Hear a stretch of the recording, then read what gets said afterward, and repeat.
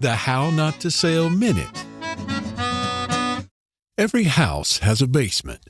On a boat, it's called the bilge, and it is the most honest room in any structure. I say that because the bilge does not lie. It tells you in the most literal sense exactly what you've been trying to ignore.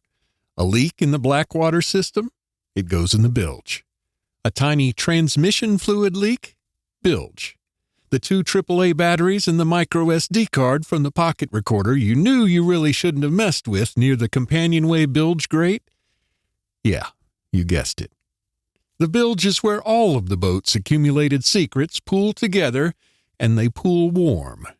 There is a specific odor, a kind of nautical perfume that sits somewhere between swamp and regret, that rises up every time you open that access panel.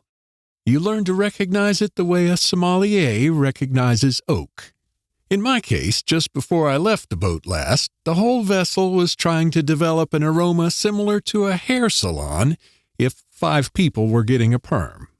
This has happened before, and I associated it with trace amounts of petroleum products making their way into the main bilge from the engine bilge, which is why I keep one of those absorbent pads on a string things in the main bilge.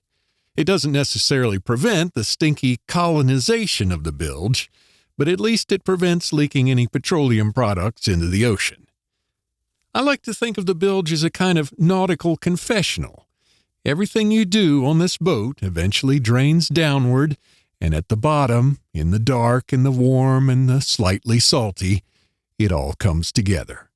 So next time I get back to the boat, I'm just hoping that it does not smell like a hair salon on a busy perm day, and that if it does, that it has nothing at all to do with the marine sanitation system. Don't forget, for everything How Not to Sail, just go to hownottosail.com.